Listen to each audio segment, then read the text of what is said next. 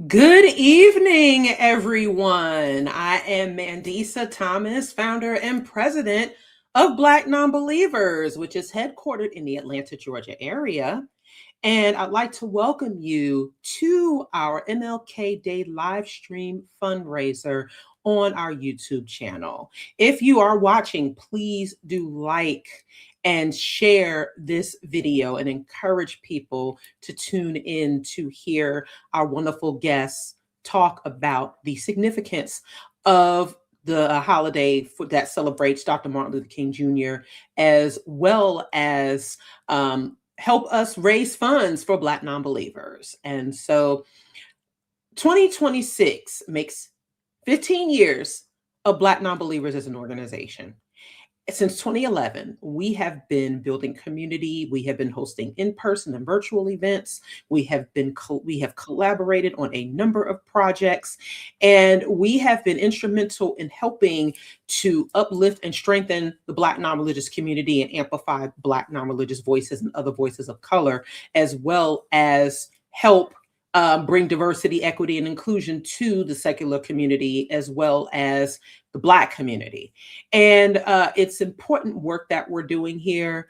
And I am very, very proud to have worked alongside some amazing folks in this movement, some who you will hear from, definitely a lot who you will hear from this evening.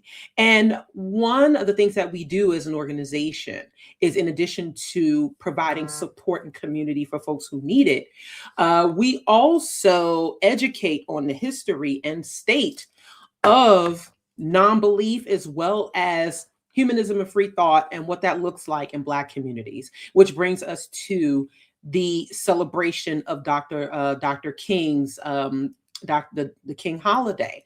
Now we have been inundated with "I Have a Dream" for Dr. King, and yes, he was a leader who encouraged nonviolent protests and nonviolent ways of seeking justice. However, that is not all there is to his story. And we are, we would be disingenuous as a demographic and as a community if we did not shed light on his more, in some cases, considered more controversial aspects of Dr. King. I mean, we do contend that a lot of his legacy was sanitized, and it also overlooks the more pluralistic nature of his work and the person that he was.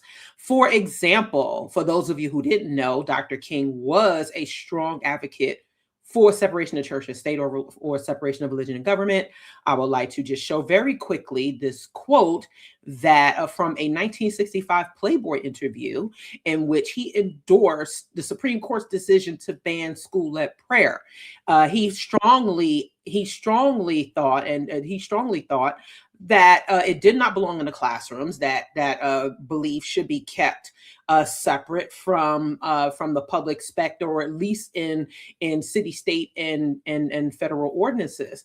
And so it's very important to show Dr. King as a human rights leader, as opposed to just simply a civil rights and religious leader. So as we kick off our 15th anniversary at Black Nonbelievers, and encourage you to donate to support our work, to donate and support our co-sponsorship of scholarships, the mutual aid that we provide, the support that we provide, and the information and education that we provide. We need your support. We do have an aggressive goal of $50,000 this year. Of course, we will love it if we reach that goal tonight, but we are being realistic. But please do visit our website to donate. Please scan the QR code and hit the link. You can also send a super chat through this live stream. So with that, I would like to bring on my sisters, my partners in crime, so they can say a few words before we get this show started. I would first like to introduce our longest term affiliate leader, Black Nonbelievers of Charlotte leader, Tina Marshall. We also have Kelly King, Detroit Atheist Queen, representing the D. and who has been running our Detroit affiliate since 2023 and going strong. And of course, last but certainly not least, we have Cynthia McDonald, who represents our Chi-Town affiliate. You have seen her previously on other live stream shows. And so I would like to introduce each and every one of them to say a few words and welcome you all to our live stream, and just give your thoughts about MLK Day, and also let folks know why they should support being in our work. Whoever wants to go first. Tina, you're the busiest, so you get a. You want me to go first? Can you hear me? Yes. Okay. The busiest and the most unprepared. So happy MLK Day, everyone. I'm actually not in town. I am in Durham, which is and here for some that kind of work. And anyway, I do hope that all of you that are listening now will contribute as much or as little as you can, hopefully as much as you can. But I know times are tough, so whatever you can give, we appreciate it. Thank you. Absolutely. Thank you, Tina, so much. All right. And I'm sorry, I'm going to have to roll out. All right. See you later. All right. Thanks for coming in. All righty. Thank you, Tina. All right. See you. All right, Kelly or Cynthia, before we bring up our our first guest. Well, I will say a little bit. I want to thank everybody. You going first? Okay. No. Go. Okay. I want to thank everybody. I'm going. I want to thank everybody for tuning in, for watching live, for donating, and all that good stuff. But I mean, it's really sad in this day and age that they're trying to cut out holidays like Martin Luther King Day. They don't feel that it's important anymore for our history. And it is. Yeah. It's important to know that there are people, Black folks that fought for you to have the rights that you have today, that they're trying to take away. And it's important. BlackNonbelievers is important because this is the space where we're able to come and feel free to voice our non-religious opinions comfortably. Because many of us did not have anywhere to go. We thought we was the only ones. So I thank you, Mandisa, for starting BlackNonbelievers. I thank you for letting me be a part of this, to be an affiliate. It's amazing that I'm here. And I thank everybody that accepted to come on to speak. You guys mean so much. The allies. I don't know what I would do without you guys. All right. Thank you so much, Kelly. And finally, Cynthia. Yeah, first off, I just want to thank everybody for being here. Thank you for the affiliate leaders that showed up. And thank you, Mandisa, for even conceptualizing BlackNonbelievers along with others in the first place. It's so important to give to this organization because the organization is boots on the ground, creating and maintaining community, holding space for those coming out of religion who happen to be Black and also allies, and also speaking to power the struggles and also the policies and other issues that happen to affect us as Black people in this time, right? And one of the memes that Mandisa will put up a little bit later is Martin Luther King once said, and when we go to Washington in this campaign, we're coming to get our check. And he was specifically talking about equity and social and economic justice that have been denied to African Americans since their inception of being in this particular nation. And also, check doesn't always just mean just money, right? It means equity, means inclusion. It means full citizenship. It means everything that is supposed to be granted to a people that have been denied for so long. And Black Nonbelievers really believes in that. And we do organizing and talking about different, issues that happen to be around that, in order for us to not only just exist, but to thrive. Because at the end of the day, that's what human beings need to do the most, is be able to thrive in order for them to be able to be on this earth and successful. And that's what Black Nonbelievers is all about. And I'm glad that all of you who happen to be in the chat, and all the ones who are going to be speaking on behalf of the organization, have allied yourself to it, so that you can be true to power to make sure that is a thing. And especially as we do 15 years and raising $50,000, yes, we can do it with your help, please and thank you. Yes, thank you very, very much, Cynthia. And you will see Cynthia and Kelly later on in the show and sometimes in between breaks. But we are going to get into our first guest. These are longtime collaborators and colleagues and some of our favorite people in the movement.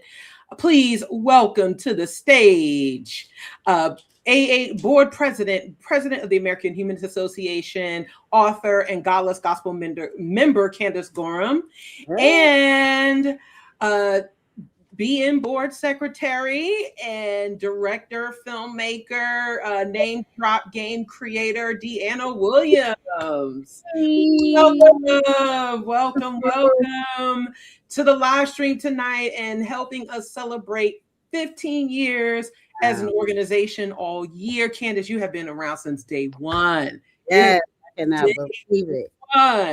Candace. And so it's really, really exciting to really go through the years through everything, and contributing to your first book and the many projects that we have worked on together. And so and getting to where we are now in this community. Now we seem like OGs, you and I. And so being fairly recent, but also still, getting yourself immersed and involved with Black nonbelievers in the community. And so what I really wanted to get your thoughts on, and what I would like for our viewers to hear from you is, considering Dr. King's legacy, and as pluralistic as it was, as humanists, how are we bringing about his work, and in the way that we are mobilizing and being activists in this space and time? Mm-hmm. I could go. Yeah, you go. Like kind of in preparation for coming on this, I actually, was doing some reading about MLK, his legacy, all of that. And I came across some stuff that, to be honest with you, was like new information to me. And I thought, like, as long as I've known about and learned about MLK, I'm still learning new information. And basically it was just looking at his the work that he did and his writings and all of that stuff from the perspective that, like, these are the words of of somebody who is essentially a humanist. Like we're not saying he is a humanist, but he espouses humanist values and principles. Right, exactly. And so I think that when you look at the things that he did and he said from that perspective, that with the humanist lens, slant to it, everything that we're doing that's activism is right in line with his vision. Everybody always talks about I have a dream. He wants all the equality and I was gonna say, one of the things that she showed me some information as well, and one of the things I was also surprised, by the way, some of the stuff that he said. One of those things was that he said that it was okay that we do not teach from the Bible or have, Bible classes and stuff prayer in school.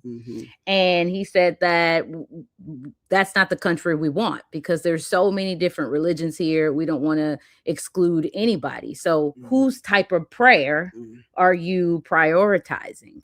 And so coming from a person that we knew he was, from the church, the Christian church, you would think it would be more in line with, no, prayer's cool. Prayer is what we do. It should be prayer. And he wasn't like that. And so he was taking more of a humanist perspective.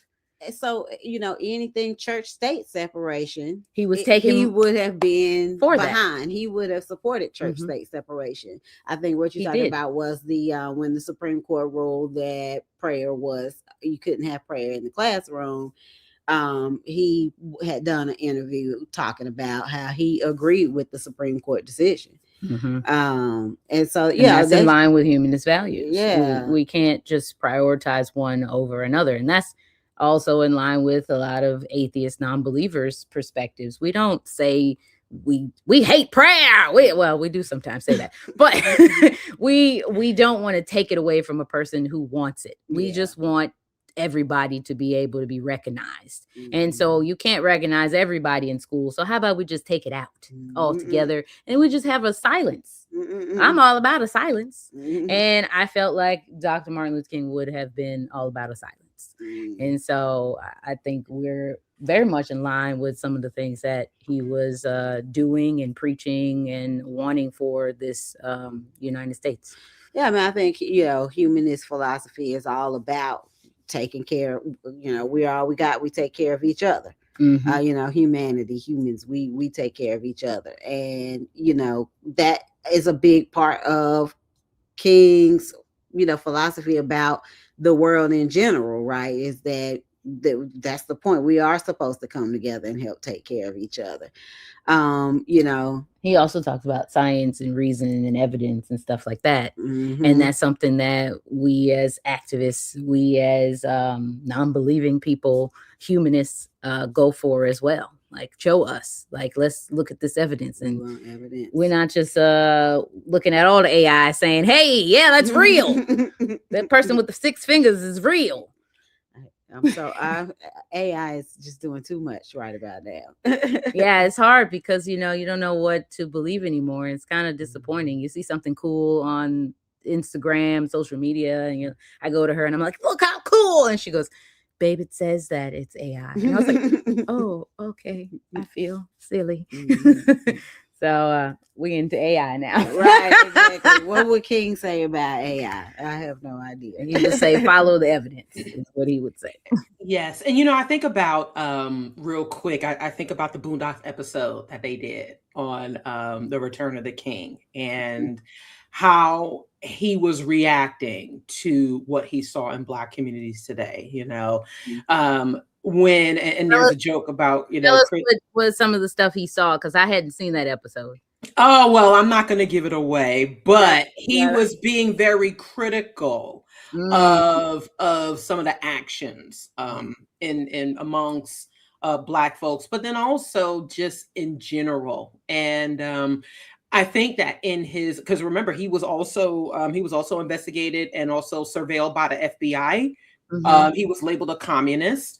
He was, there were definitely things that, and even in his later years in the church, there were other members and other leaders who were starting to fall out with him. And I think that part of that is because he was as diverse and pluralistic of a leader that he does not get enough credit for. Yeah. So I think that do you think that our community in particular, whether they're Black, white, male identified, female identified, LGBTQ+, do you think they can all take something from Dr. King's legacy and continue to use it in our respective areas of work? Oh, heck yeah. Like, he was all about bringing about a better world, a better United States, where at some point color shouldn't be a thing. gender shouldn't be a thing. I mean, that's what we're all working towards. That's every activist is working towards getting everybody to just be people. And humanists are definitely trying to do that. You know, it's about the values that we share and not about our colors and our genders and all these other things. So for sure. Yeah, totally. You know, if you're thinking about, you know, just like I said, in general, his philosophies being such like what, you know, expansive. I don't know. Did you use the word expansive a minute ago? You know, he is open to, you know, all kinds of people, all kinds of ideas, all kinds of religions. Also, you know, he was not a, you know, this is how not that one trick pony, you know, that, yeah, absolutely. Exactly. And so, you know, all of the different areas of our lives can draw stuff from him. You said something a second ago, I kind of changed it a little bit, but you said about him being investigated by the FBI. Mm-hmm. So, you know, this is a conversation amongst a lot of the secular organizations right now about, you know, what are we going to do if we, you know, become surveilled or, you know, chased after in some kind of way, you know. And it's like, this is just, the times have just, fortunately, we're pre-civil rights all over again, you know. And he kept fighting. He didn't let the FBI stop him, scare him, shoo him away. So we are like him in that way. We're going to keep fighting because we have a dream too. We want a better world. We want everybody to stop talking about, you know, color in a certain way. I mean, I think we should always celebrate cultures, but we want to progress to where this is not an issue anymore. Right. And lastly, because we're wrapping up on this segment, because we did get a donation in, I'm going to play that.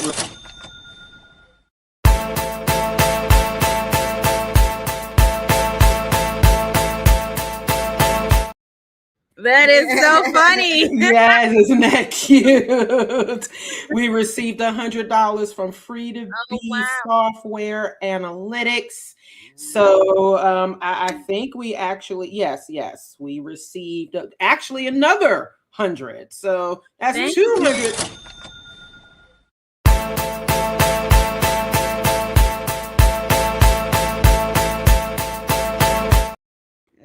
That's fun. All right. Yes, thank you so much.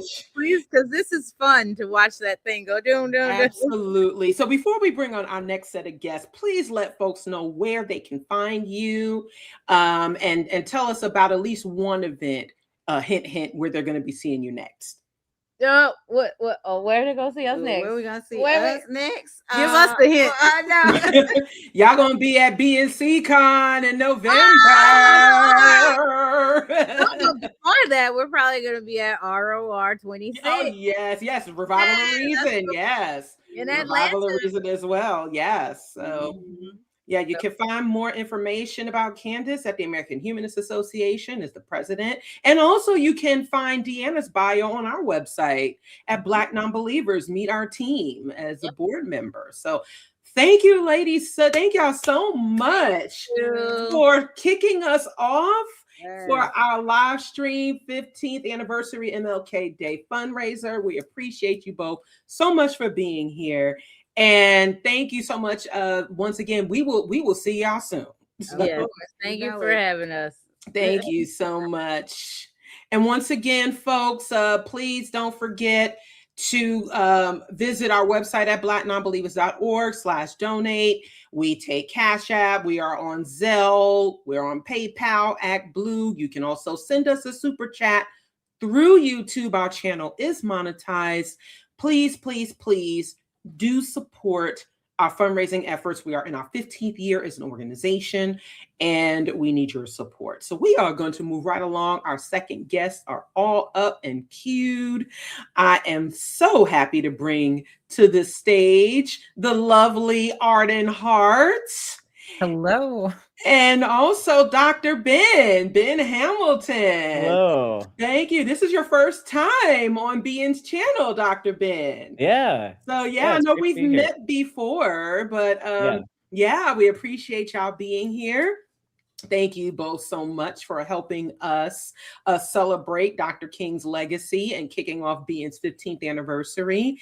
And so what I really would like for y'all to talk about, especially as advocates and activists in the LGBTQ plus community, what MLK's legacy means and what we should all be practicing and imparting as a part of his legacy.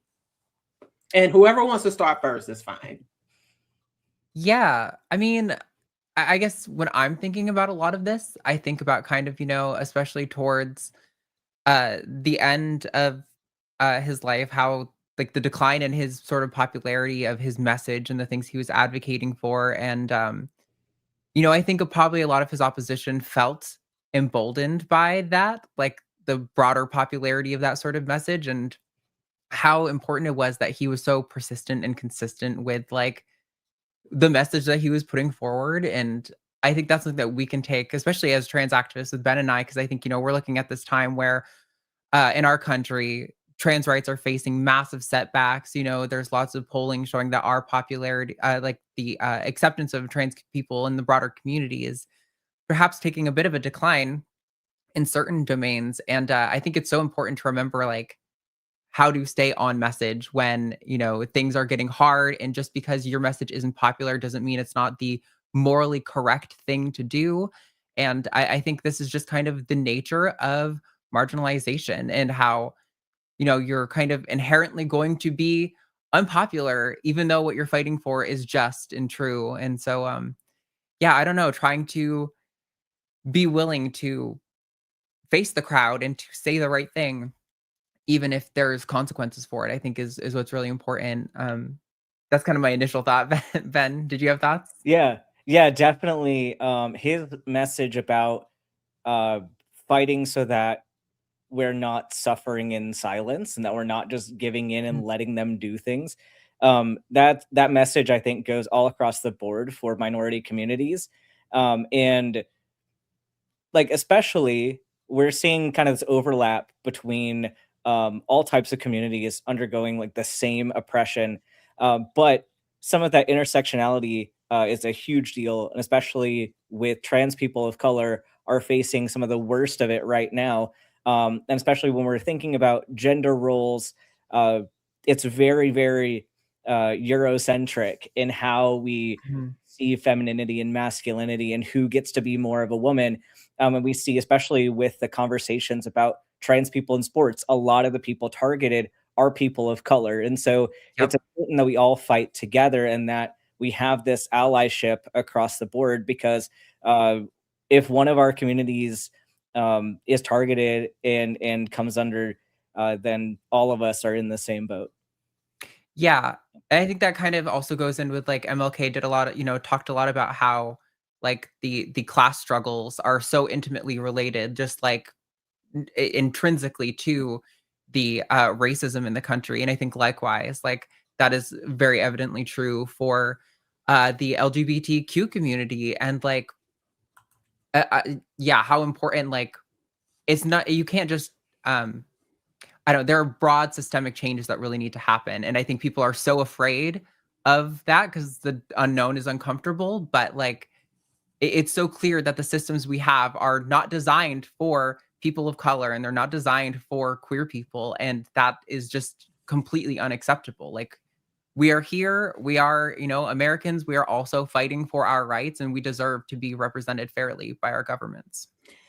Thank y'all so much. And that is, y'all are absolutely spot on with that. And speaking of LGBTQ representation, and especially of color, I think both of y'all might be aware that, one of Dr. King's closest advisors was Bayard Rustin, who was all but written out of history for some years because he was an LGBT, because he was a gay man.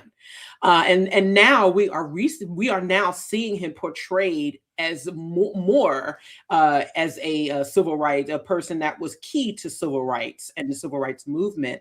What are your thoughts on Bayard Rustin getting the credit that he deserves now, and also other LGBTQ rights activists from the civil rights era and probably even before who did not get their just due.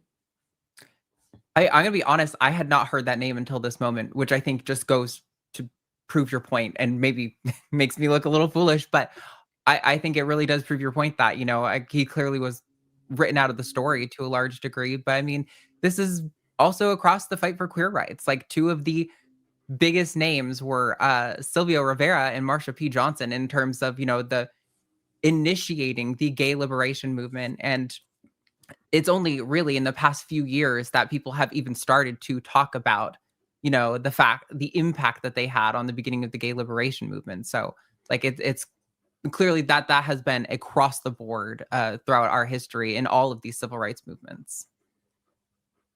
Yeah, I was thinking kind of similarly, Arden. But I guess in direct response to the question, like I'm happy that people are finally getting the recognition, but it's too late for that. Like, those people, they fought so hard and they did so much, and the fact that they were able to keep going and accomplish what they did with kind of zero credit for anything it just speaks to the cause and speaks to them and how much they believed in it.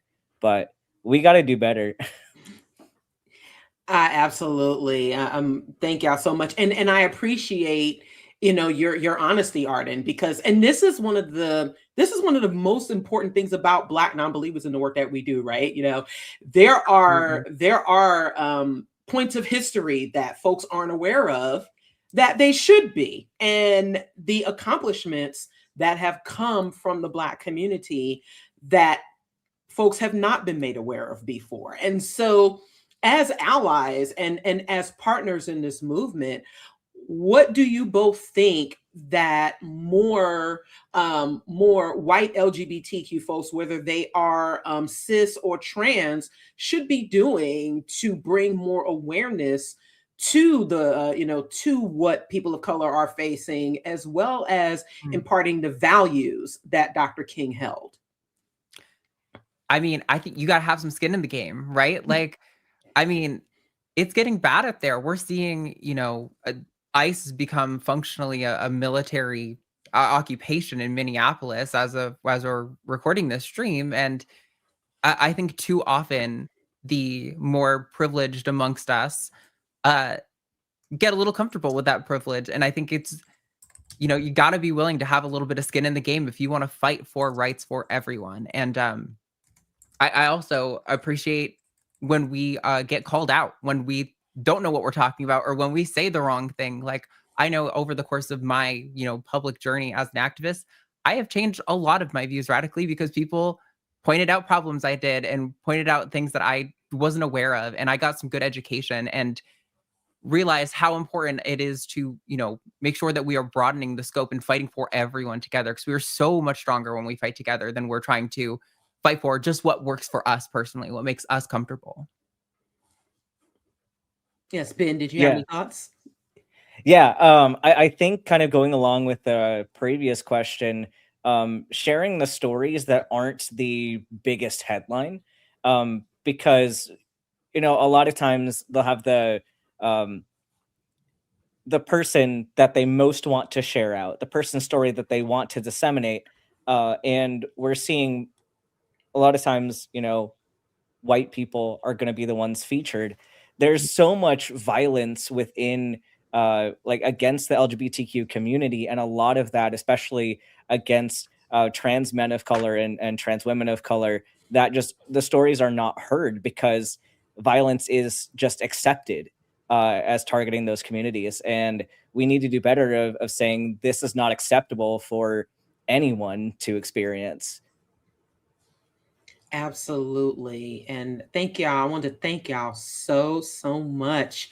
Do y'all have, can you tell folks where they can find y'all? I know we have y'all links. We will share them in the chat, but please let folks know where they can find y'all all over the socials so that people can follow you.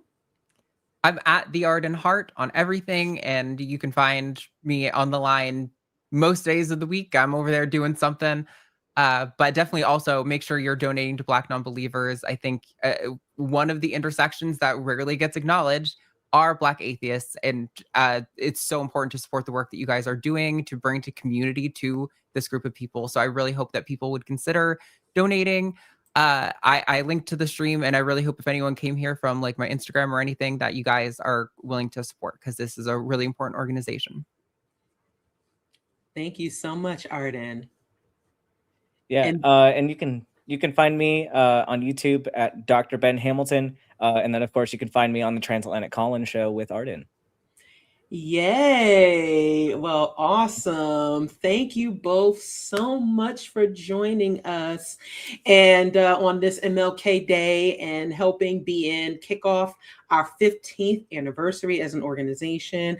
I look forward to seeing you all many times during the year. It's always a pleasure to see y'all in person, and I hope to be on the line again soon one day. Absolutely. So thank you. Yes, absolutely. Thank y'all both so much for joining us, and we hope you enjoy the rest of your evening. Thank you. All right, so we have to thank you so much, Arden and Ben. That was a wonderful segment. Very, very important to talk about the LGBTQ community. This will not be the last time we talk about it, because as you know, if you didn't know, since the beginning, Black Nonbelievers has always been inclusive and empowering of the LGBTQ community, whether it is your gender identity, your sexual identity. And of course, we welcome all regardless of racial identity. But that has always been a part of us since the beginning. We've always been LGBTQ empowered and very supportive. And anyone who is not on board with that,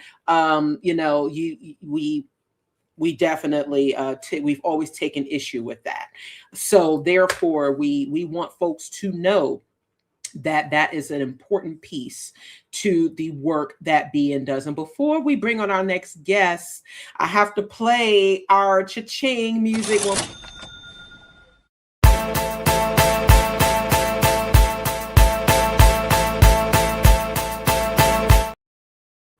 Yes, so we have a $15 super chat from Thomas Harmony 615. Thank you very much for a $15 super chat for 15 years. Here's to 15 more. Thank you so much. Thank you. And folks, I just want to let you know that every bit helps.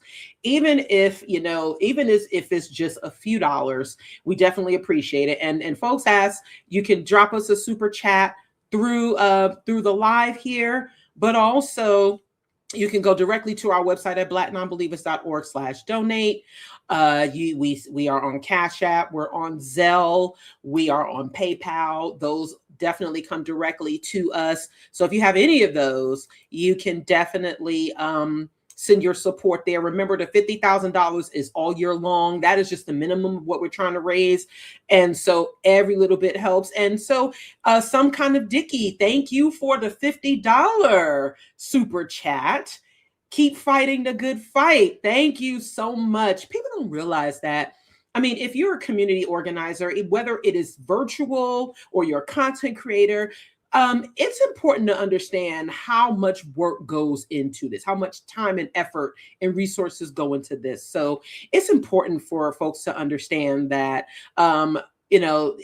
we have to continue to support each other's work, and doing that is it takes money, it takes resources. So we thank you all once again for the support that y'all are showing Black Nonbelievers tonight and throughout the year. And yes, once again, please click on that donate link.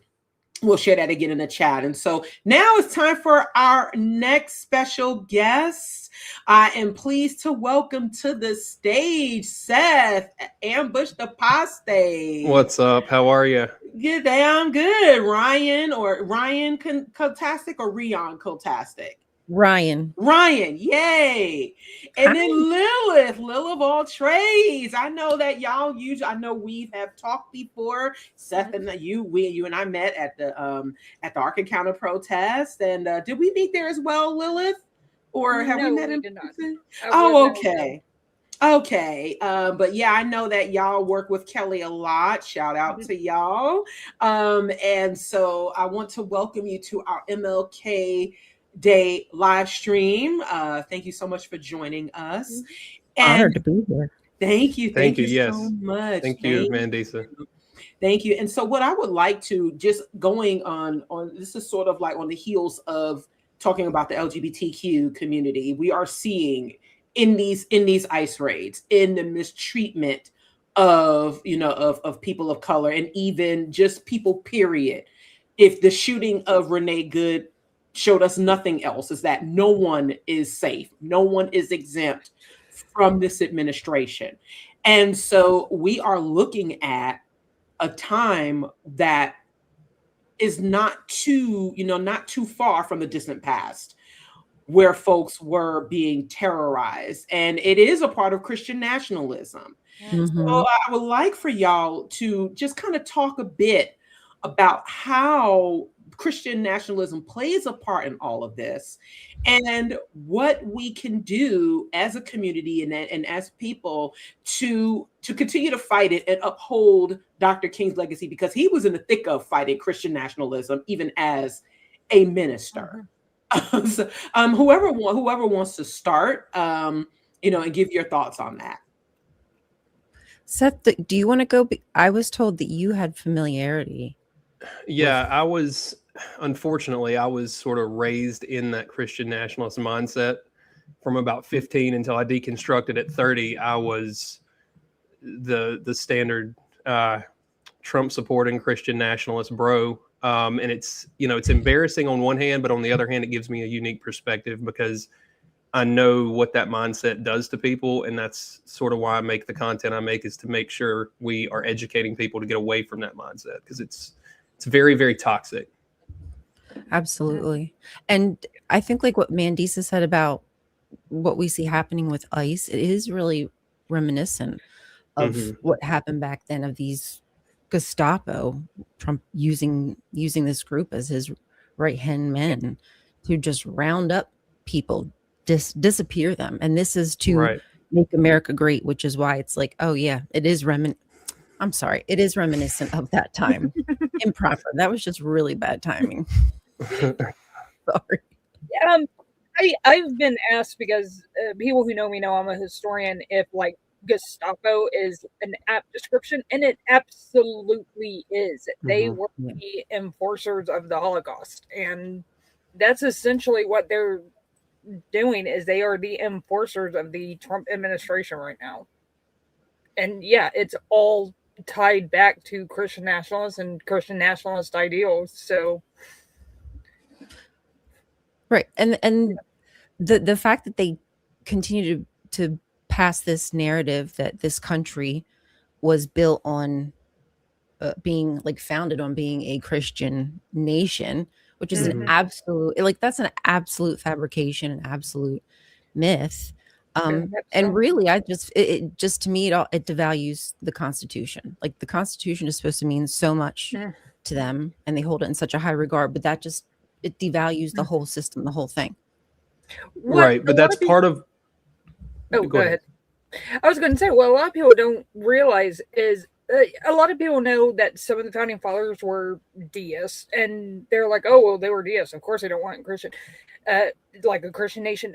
But what they don't realize is most of the men that signed the Declaration of Independence and the Constitution and all that were actually like flat out Protestant Christians. They had the opportunity to overrule everybody else and make this a Christian nation, a Christian theocracy, and they explicitly rejected that idea.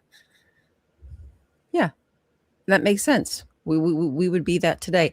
I mean, I consider us to be a Christian nation in many respects because how we do treat people, but it's not what they want. You know, they would want us all to look a very specific way, talk a specific way, believe, etc. They want to be catered to. They want to be prioritized. They want to feel special. They want to get special privileges. That's really what they're doing. They're carving out special privileges for a very specific group. And right now it's Christianity. And pushing all the other religions that this country was, that made this country great, the different cultures, the different religions, and they would happily erase all that. Mm-hmm. And while at the same time complaining about being persecuted all the time, they've got this massive persecution complex, like everyone's out to get them, and they're the ones enforcing or trying to enforce their radicalized beliefs on everybody, and that includes middle of the road Christians. Right. I don't think a lot of other Christians realize, hey, when this comes for you, it's not just us or other minority groups. It's other Christians that don't fall in line. Right. So it's a very specific type of toxic Christianity that'll survive. Flavor. Yeah. Very strange flavor. Yeah. And the Christian nationalist movement is also very much rooted within white supremacy, too. Like, it's very, very much rooted there. Mm-hmm. Mm-hmm. So fighting one fights the other too. I mean, you have to take them both with at the same time. Yeah, they're all ideologues. They have a very specific brand and agenda that they're trying to accomplish right now. And TPUSA is honestly, I think people should watch out for that group. I think they're going to do some really. Oh, they already have. Mm-hmm. They already have. On top of that, they already have. Yeah, but. I've been following the politics of this and Christian nationalism for 25 years now, and that's all. You considering the fact I was like 15 when I started, but when you see it just starting to ramp, and it was ramping up through about 2015, and then it just went through the roof that now we can sit here and say what we want about this, and a ton of people jumped on board, and they're just a lot more open about it now too. Oh yeah, emboldened. Yeah. Mm-hmm. Yeah, so I have a question. Thank y'all so much for your insight on this. It's absolutely fantastic. And I think it's important for our viewers and for everyone to understand what this looks like from an ally's perspective. So we've seen a lot of Christian nationalists give a lot of revisionist history, right? We've seen a lot of that. For example, even going back to the founding fathers that like Lilith was saying, many of them were like your progressive Christians or even deists, but they were still slave owners. They did practice a lot of, they did participate in a lot of human rights violations. And certainly the laws that Christianity that they implied or that they implemented for the enslaved worked for them, even if they didn't believe in themselves, right? But what are some of the worst revisionist stories that you've heard some of these people espouse? And Seth, I'm very interested to hear from you, considering that you said you grew up in that world that would die hard, like Trump supporters and people who don't seem to pay attention to history. What are some of the most outlandish things that you have heard from history from their mouths? Well, I'll be honest. I've had to relearn, how the world's worked on every level since deconstructing.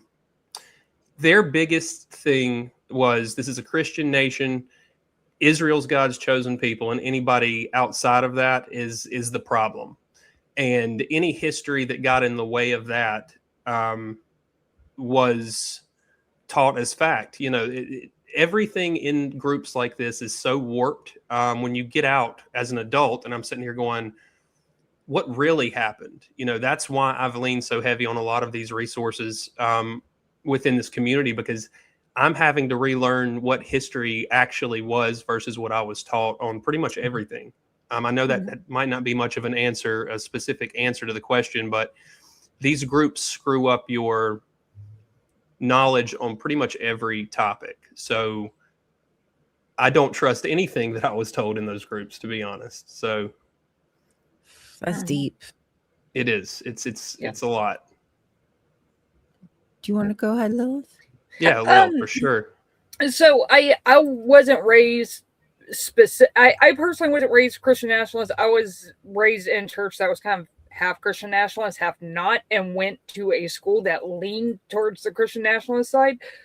But like in history, like we were taught basically like the PragerU line of like, well, slavery's bad, but just killing them would have been worse. Just like absurd, like just like, well, yeah, but we provided them food and a place to live. And it's just like, no, you no, that's not, Right. it's not okay under any circumstances. I don't care what time it was. But the most like the one of the most egregious things that I think I heard, because it normalizes it to people who do not know better, is, well, that was just that era. That was just that time. It was okay then, Right. or it was acceptable then. No, it never was. It never Yes. was. Well, slavery for us, I remember it was just, well, God commanded it, there's no question about it, but it was always, dismissed as no big deal. Mm-hmm.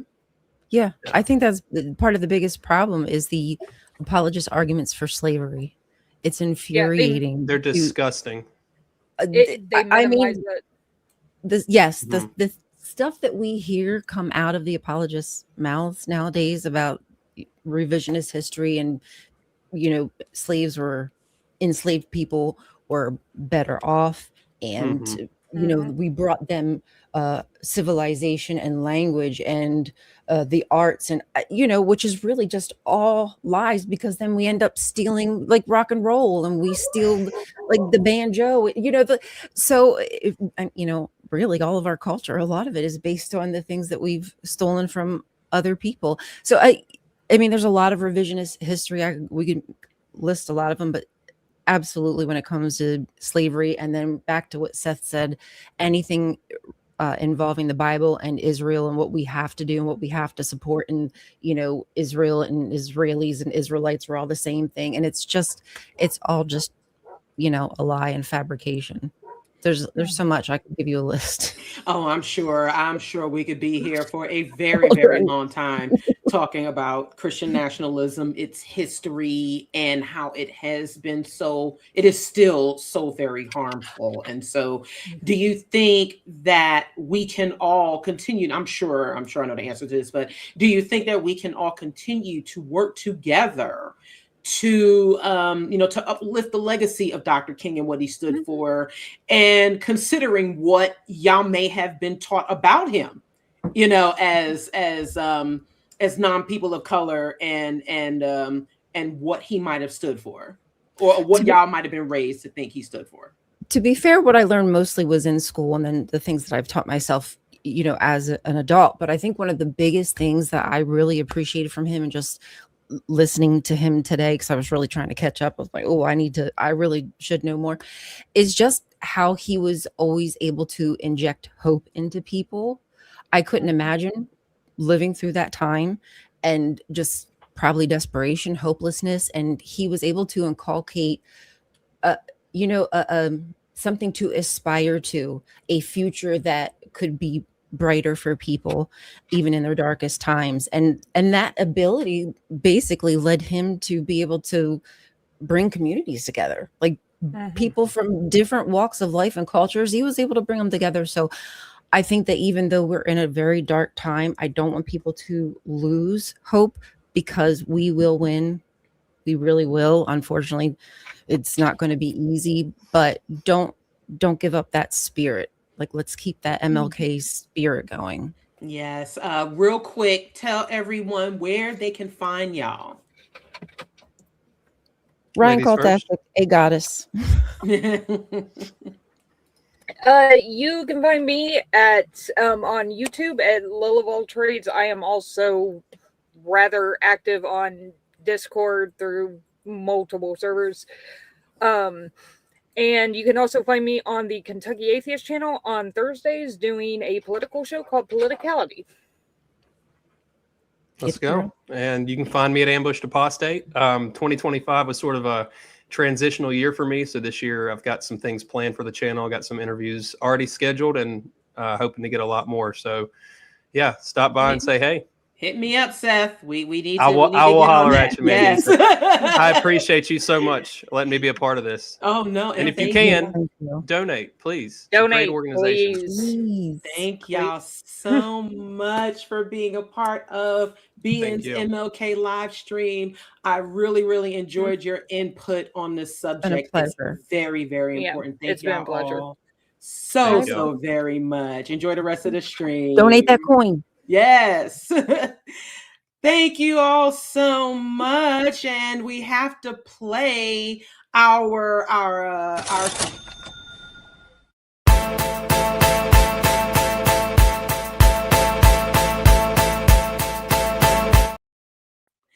Yes, we'd like to thank you all so much. Thank you to KC Gleason from Godless Engineer for the $150 Zelle.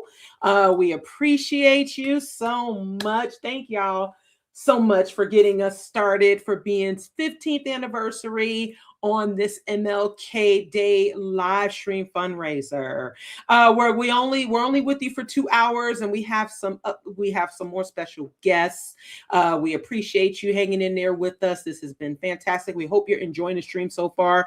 Please make sure you like this video, subscribe to Being's YouTube channel, and of course hit that super chat and definitely get to that donate link so that you can support the work that we do. So we have a few events coming up this year at Black Nonbelievers. The first is going to be the Revival of Reason, 15 years of being and our liberation work. That will be the weekend of June 12th through the 14th. It will be in the Atlanta area, and we are working on the location as well as our speaker lineup. So please make sure that you stay tuned.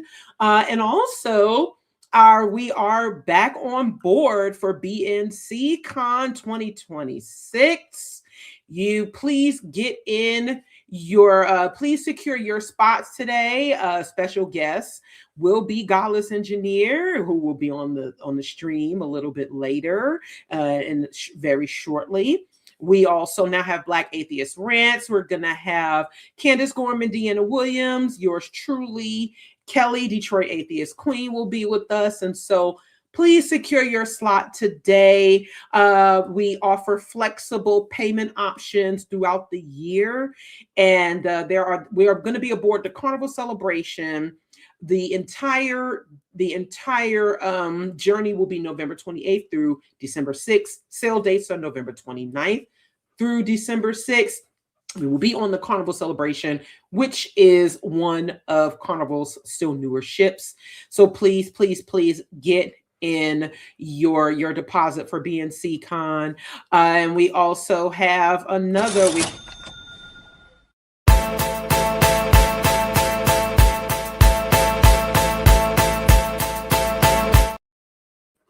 Yes, thank you so much to Resist Oppression for the $4.99 super chat.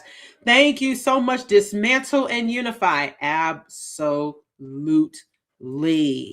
Thank you very, very much. And please make sure, become an official member of Black Nonbelievers. You receive discounts to our special events, exclusive access. We are coming up on our first meet and greet and game night on January 25th for official members. So please become an official member today so that you can join us next Sunday for our first ever meet and greet with official Being members. You also get discounts off of our merchandise. I'm wearing our Jesus Was Thrown Under the Bus so that God could get clout shirt. And so, yes, thank you very much. We will share that link in the chat. And so we are moving along. We are welcoming back to the stage Miss Kelly King, Detroit Atheist Queen, representing our Detroit affiliate. And we are going to be also welcoming AJ Ruley from Ways to Human, who was just a guest on our live stream show In the Cut. If you are not subscribed, we do host a live stream show every first and third Saturday of the month.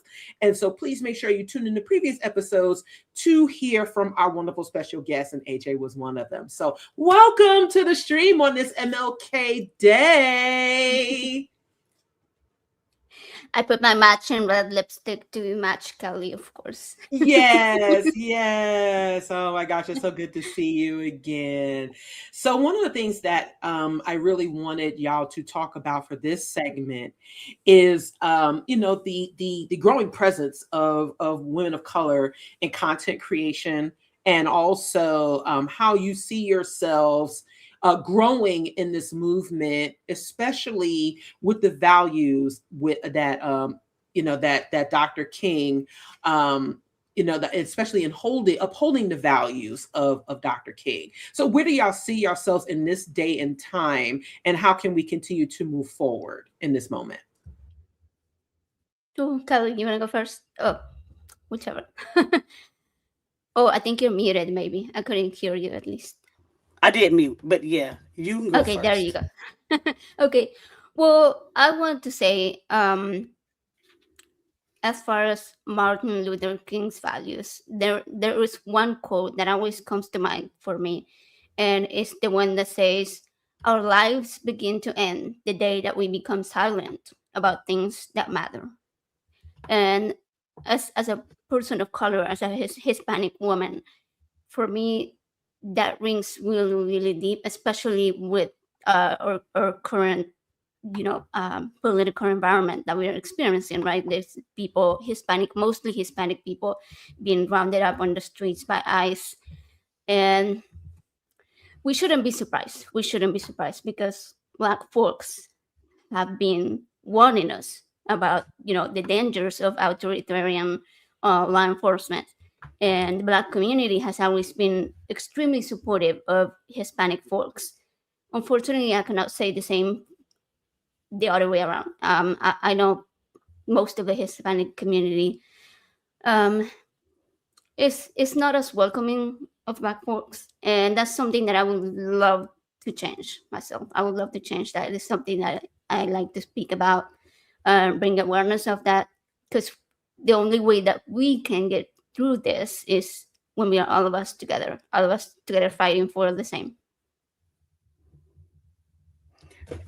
Yeah, that's one thing that I saw, because I do have Hispanic people that I associate with, because my brother ex-wife was Hispanic, so I dealt with that, and her treatment of me, her saying like, I don't want my kids to marry any Black person, but then here you are married a Black man. I don't understand that. But I think it's very important that we speak, because when I came into this space, all I saw was cis white men. I love their content and stuff, but there was nobody that I can resonate and can relate to. Till years later, I found BlackNonbelievers. So I think that's very important, that no, we're not the only atheist, it's others. And that's why it was so important for me to come out and speak. To have this channel to bring out different people of different platforms that maybe somebody did not know about before. Yeah, I mean, when I was on the show the other day, Mandisa was telling me about the Hispanic freethinkers, and I was not even aware that existed. It was like there's a very low number of Hispanic representation in our atheist community. There are separate ones, like in Latin American countries, who speak Spanish, but there's very few. Those do not speak to the rest of the community, right? The ones that don't speak Spanish don't really relate to that type of content. And so I don't often see myself represented, even though I mostly pass for white. I am Hispanic, and it's like, where do I find this part of the community that represents not just the values, but like the specific issues that Hispanic people face? And I think it's the same way for the Black community. There is Black freethinkers, but outside of Black freethinkers, you don't see as many Black folks making content, and it's very, very predominantly cis white and heavily male. So Yeah, I'm totally with you on that. I am gonna plug us, but AJ and I are a part of a group called Driving Jugs, and it is a group of 8 phenomenal women of color, trans women, youth Hispanic women, a couple white women, and it is amazing talks about different topics and things like that. I think that's very important, how we've come together and built a wonderful community of sisterhood in that group. Absolutely. And it's been so, Kelly, if you would let our viewers know about the first event that you attended with Black Nonbelievers, which enforced our commitment to diversity, equity, and inclusion, and amplifying the voices that are not heard as much as they should be, as we have done for 15 years. If you could tell the folks about the event that you attended, that we co-produced. The first event that I attended was Women of Color Beyond Belief, and that was 2020. And I just met some amazing women. I can't even describe it. Like, I met Deanna, Candace, you, Cynthia, Tina, Sharon, but also you had some women on there that were video feeding because they could not be in person, because if they was to speak out, they could be put to death for speaking out by being atheists, not believing. Some of their husbands didn't even know they were not believers. So it was amazing, and it was like, I'm not the only one. I can breathe deeply. I don't have to hide anymore.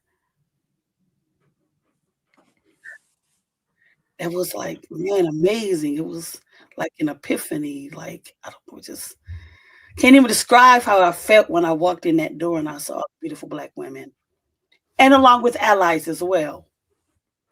Yes, and really quick, I want to give a special shout out and a tribute to Joe Stevenson, who attended both the 2021 and 2022 Women of Color Beyond Belief conferences, who passed away recently.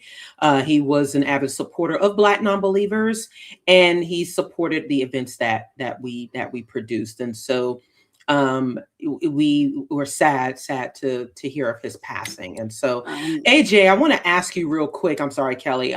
So we do know that there were leaders like Cesar Chavez, who was historically over like the labor movement back in like the 70s. And we do want to acknowledge that there were Black and brown folks who did work in tandem at those times. And during the height of the Black Panthers, there were Hispanic groups that were lockstep with them. And also, again, going back to Cesar Chavez and how he really helped mobilize farm workers and who were being underpaid and mistreated. What do you think of his legacy? And also, I can't say for sure, I don't want to put any words in his mouth, but do you think that the leaders from that time period took from the civil rights movement and the work that Dr. King and others may have been doing at that time to work for the rights of Hispanic people who were being mistreated? Well, yeah, I mean, I could also name Che Guevara. Like, I mean, I think he was one of us. Yeah.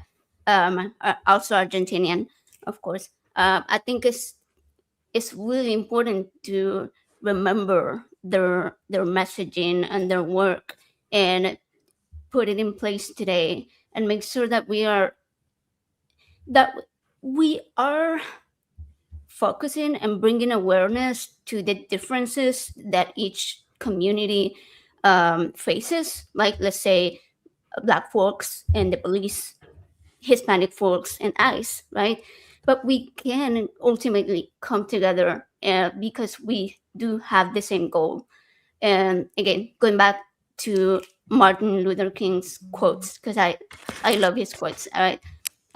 Another one that comes to mind is, we are not the makers of history. We are made by history. Like, we cannot forget history. The moment we forget history, we repeat it. But super quick, I wanted to make a really quick comment unrelated to that part. It is somebody's birthday aside from Black Non-Believers' birthday that's coming up. So if you guys want to donate just a little bit for Kelly's birthday to celebrate and also benefit Black Non-Believers, donate to Black Non-Believers on her You behalf. can donate money. There You you gotta go. kiss me. Just donate money instead. Yes, we are definitely celebrating a very special birthday with Kelly. And I want to thank you once again for being a part of the Being family. All of you are a part of the Being family. And it is just so fantastic. And yes, please, once again, please do help donate to support our work, especially for this 15th anniversary. We do have a few more folks to thank before we bring on our next special guest. So, but yes, please tell the folks where they can find y'all outside of being Kelly and also AJ.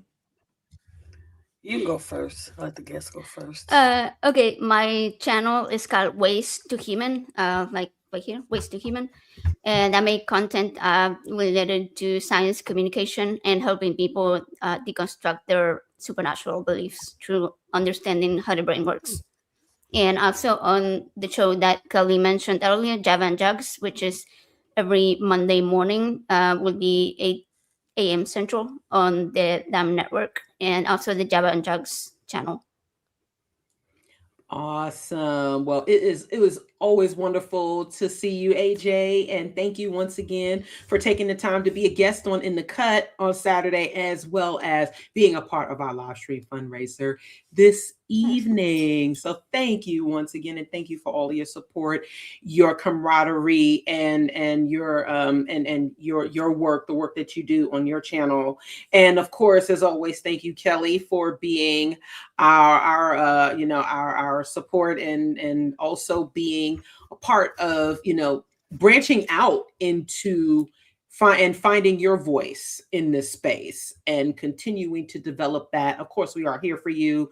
We support you through all of that, and we're going to continue to rock it on out. So thank you both once again for being on our live stream. Awesome. Thank you for having us. Thank you. Sorry, AJ, I didn't mean to do that. But all right, it's time.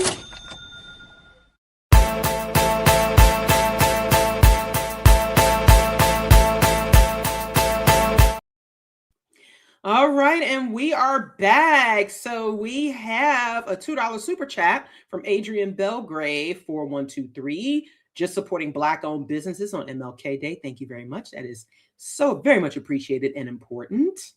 And shout out to Minds Not Myths. Hey, girlfriend, thank you for the super sticker, the $9.99 super sticker. We very much appreciate you as always. We love you so much and look forward to seeing you again very, very soon. And also here is a $20 super chat from History of Dumb Stuff. It's cold outside, but love y'all. I'm not sure where you are right now, but it is cold. I know Cynthia is up in there, Chicago, and it's not even double digits there apparently. So it's been a little chilly down here in Georgia as well. So I absolutely can understand that. But thank you so much we hope you're staying warm, and thank you very much for warming our hearts with the $20 super chat. We appreciate you so much. Once again, you can donate through super chat. You can send Cashapp through BlackNonbelievers. Click on that donate link and see all of the wonderful ways that you can support. So now we have up our next set of guests. I am very, very pleased to welcome to the stage Elliot Secular Rarity. Hey! Thank you for being here. And also John Godless Engineer GE. is in the house. This Hey, live stream fundraiser just went downhill dramatically in a matter of seconds. It was like we've got great people up here, you know, Candace and Deanna and Cynthia and AJ and Ken. And it's like, all right, well, Godless Engineer and SR, I guess. Oh, I mean, no, not at all, guys. Y'all so funny.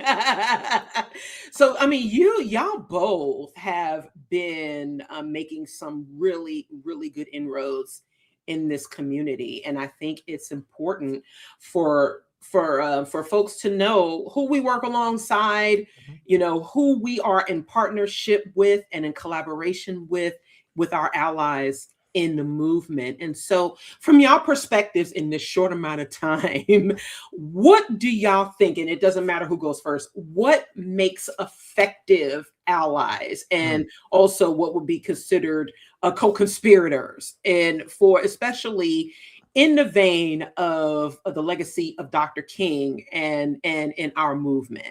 Yeah, I think one of the biggest things that you can do when you are trying to be an ally is, and God, I wish I was smart enough to have come up with this, but I heard it from somebody many years ago. And what she said is show up, plain and simple, right? I mean, if you support a baseball team, what do? You go to the damn games. I mean, if you want to support the Black community, it's not crazy. You don't have to jump a bunch of hoops, guys. Go find a local Black-owned business. Go find an organization like BlackNonbelievers that is doing the work on the ground, and just show the hell up. You know, that alone goes so far, especially for these groups. No, yeah. And I think one of the big things as far as developing, you know, solid connections and allyship and all that is, you know, listening to, you know, that group, you know, taking listening to, you know, what's the best way to be an ally for that group. And I know I definitely listen to many different people that have conversations. Like I know I've listened to a lot of Black Atheist Rants. I've recently found on TikTok. He has a lot of conversations over there, as well as like Thinker and a bunch of other people. But listening to them talk about their experiences and everything really kind of helps inform myself about it. And I try to elevate those voices in any way that I can. Like if there's ever a situation where it's like I'm having a conversation that's directly concerning a minority group out there, whether that be the BIPOC community or trans community, the LGBTQ community in general. If I have a chance to allow, you know, to use my platform to elevate those voices, I definitely try to do that. And I think that that's kind of what really makes a good ally, is keeping, you know, those types of individuals like at the forefront of your mind, so that you can, you know, use whatever platform you do have. Right. You do have to, you know, elevate their voices. Yeah. And look, guys, stop thinking we fixed it. Like, just stop with that mentality. Stop thinking that like this was a thing we did years ago. Like the way you need to understand discrimination, the way that you understand marginalization is a continuing process. 100 freaking years from now, guys, there will still be idiots out there trying to come up with some crazy answer as to why they should just be a dick to Black people. And it's like, no, man, you're just racist, you know? And we have to stop thinking that like, oh, look, we did it. Like it's a thing that we go out there, we bake a cake, and then it's done, right? It's like, no, guys, this is a continuing process that we will always, unfortunately, have to butt our heads against. But the only way that we prevent it from taking over is by doing that work. And again, that's why, look, y'all need to donate money. I'm just going to say it. I'm not going to make Mandisa do it. Open your wallets right now. Like put the credit card numbers in, send some cash. It's easy. It's not that crazy. $5 goes a long way. Absolutely. One of my favorite sayings by one of my neo R&B groups is a group called Moonchild. And if you've never heard their music, you should check them out. They're fantastic. They have they have a very simple phrase called, they say, spend your privilege. That is a very, very simple phrase that they have.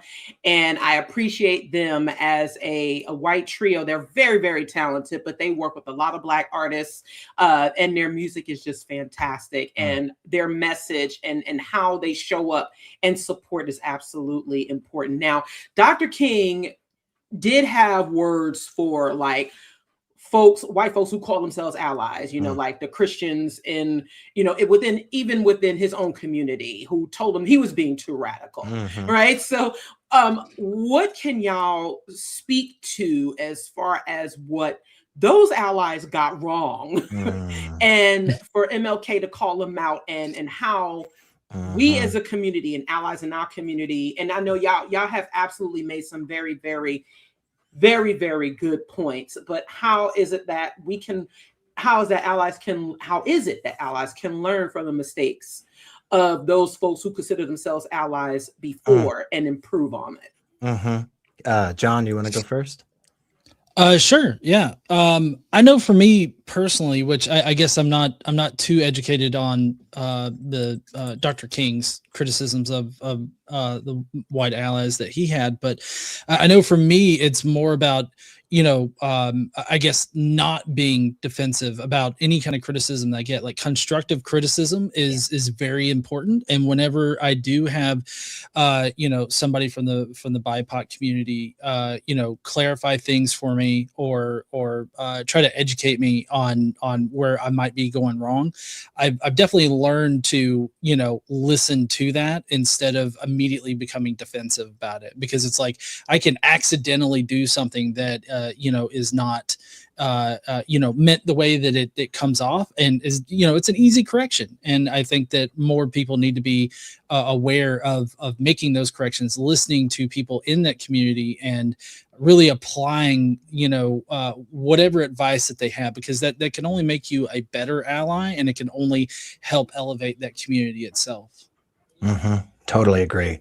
And I think one of the things that I really valued when studying a lot of the things that Dr. King said, and unfortunately this type of stuff isn't as talked about, and I hate this, because I think there's so much value in this. And I won't get too specific about anything, because I know you're a nonprofit, I represent a nonprofit, all that, no taking a position here, but I will just say economic liberation and economic justice are so fundamentally tied to racial justice and racial liberation in this country.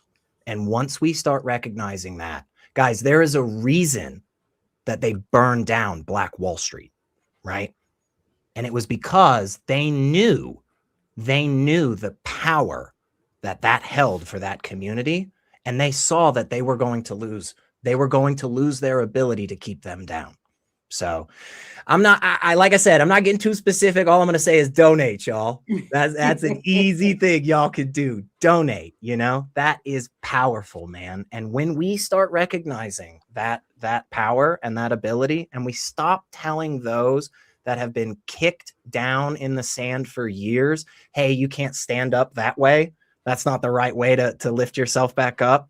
Once we start recognizing that and putting it into practice, we're going to see a hell of a lot of a difference. So I know the last year kind of sucked, you guys, but I'm actually kind of optimistic about 2026. I don't know what it is, call it faith, but I think this year we got some good stuff coming. So I definitely I agree with y'all. There's there's going to be the Rocket City Reason Conference in Alabama. There's BNC Con that we have coming up. We have our Revival of Reason that's still coming together in June, and so we would absolutely love to see everyone there. And also, yes, in addition to donating, in addition to all of sharing letting folks know who is on the ground doing this work. I mean, I really appreciate both of what y'all have been doing, especially this past year. I mean, yes, 2025 was a year. It really, really was. Yeah. But it has been fantastic. And I know we've all met up a couple of times. We've been in the same spaces. And I really think that y'all everyone on here exemplifies what good allies are and what we should be doing. So to kind of sign off here, let folks know where they can find y'all. And any final thoughts you may have. Yeah, you can find me down here in Nashville, Tennessee, y'all. SecularRisingUS.org, man. We're trying to put on cool events for people. And I'm just gonna say it. We're not hitting the mark on diversity. We need more people of color. We need more people with different backgrounds. And that's what you have to do. You have to constantly be vigilant and looking around and going, the whole room looks like me, y'all. Let's find some more people. So go check it out and donate right now to Black Nonbelievers. I see you. You're not click the button. Do it. I'm talking to you. Yes, seriously. Okay. All right. Yeah, and I'm the Godless Engineer. I've got my own channel here on YouTube and everything, but we are trying to get this Rocket City Reason conference off the ground. You can go to rocketcityreason.com. You can check out our schedule, and we have one of the most diverse lineups in the community right now, as far as like panels and representation just in general. So definitely check that out. Go to rocketcityreason.com, and it's later on this year, October 23rd through 25th in Huntsville, Alabama. We're going to have a lot of great stuff there. All right. Well, thank y'all both so much for being the guests on this MLK Day live stream and helping kick off our 15th anniversary celebration. Look forward to seeing you again this year. And of course, GE, you're going to be one of our speakers at BNC Con. So yes, we are looking forward. We can't wait for you to hang with us and get the BN experience, because guess what? It is an experience, y'all. So thank you both so much for taking time out of your schedule to help us fundraise and to be a part of this event tonight. So thank you once again. Thank you so much. Thank you. And so we have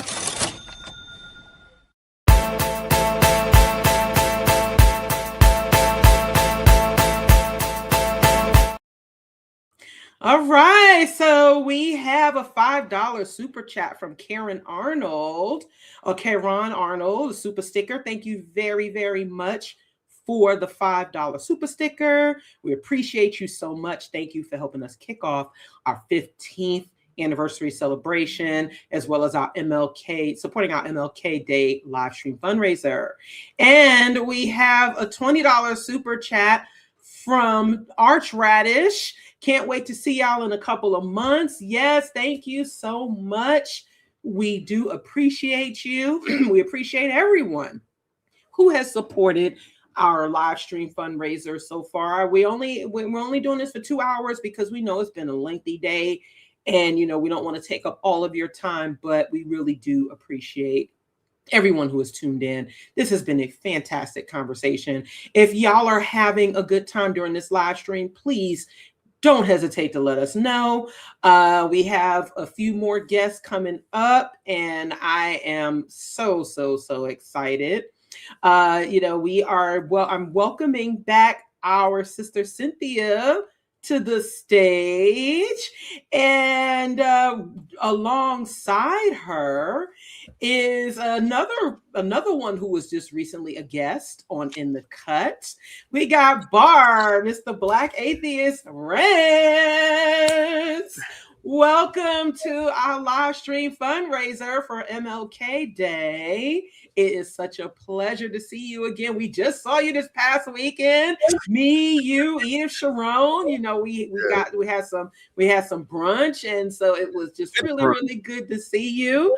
and to see you in person, and just see you and have this conversation with you on the show.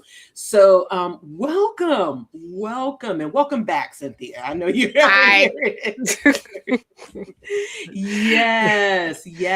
So on this MLK Day, which is monumental, we are still dealing with a lot of religiosity in the Black community. We still see a lot of even Black folks who don't necessarily understand the history of Dr. King's legacy, and we still have a lot of Christianity and a lot of things to contend with in Black communities. So I would like for y'all, for the next 10, 12, maybe a little bit longer, a few minutes, let's talk about how we can continue to challenge religion in Black communities and also help reshape the narrative for us, especially to uphold Dr. King's legacy. I'm going to let you go first, Bar. Beauty before age. Can you hear me? Yes. Okay, I was just making sure. How you doing? I know we ain't spoken in a minute. I know. I sent you an email. Make sure you check it. No. Yes, it's been so great to see you. But yes, continue. What would thoughts be on Medesa's post question? Yeah, because I actually just got off the TikTok live stream, and over there I run the topic is Black people shouldn't be Christians, Muslims, or Black Hebrew Israelites. Right. And so the whole goal is just knowledge, information. People, there are things, there are dates, times, people, places, events that have happened that people don't know about when it comes to these religions. And so I think they always saying knowledge is power, but we literally have to dispel all of this false information, all of these lies, all of this. I keep saying this, and I need it drilled into people's heads that when you talk about the miseducation of the Negro, Christianity is the beginning of that. Christianity is a part of our miseducation. We've been lied to. We've been miseducated, and people need to know that the truth is out there, and we have to get on these platforms, and we have to repeat the truth just as much as those lies have been promulgated. I guess that's the word I'm looking for. Yeah, propagated. Yeah. Propagated. It's all good. Every time you see a video talking about Christianity started in Ethiopia, it need to be 12 videos talking about how the Ethiopian Bible is not the oldest. Right. Every time you see a video about Christianity and Christians led to the abolishing of slavery, you need to understand who they were fighting against and who started it. Right. Do you know what the verses is? Have you heard of the Romanist Pontific, where the Christians said, "Go into these lands"? That's right. And if they not Christian, enslave them and take it. We got to know this stuff, and it starts with educating people and just saying the truth out loud. How often do people say, we spend so much time debating these Phil Bro, the unmoved Yahweh is a son of El out the Canaanite pantheon. That's right. It's not real. Yeah. The like off real. People gotta hear this. They gotta know this stuff. Gods are made up. That's right. That's right. And I would just say educating them, saying it out loud, repeating it. Don't do internal critiques. Stop doing internal critiques. Where was God during slavery? God isn't real. Why didn't Jesus come? Ain't no Jesus. People need to hear this out loud. Ain't no Jesus. Well, we can also say that Messianic cults were a thing as far as that particular time period that Jesus was supposedly espoused.